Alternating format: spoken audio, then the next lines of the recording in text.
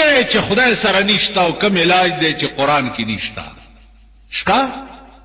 قرآن کې یو لفظ دے اسم اعظم ورته وي علماء لیکي چې دا اسم اعظم د چا یادي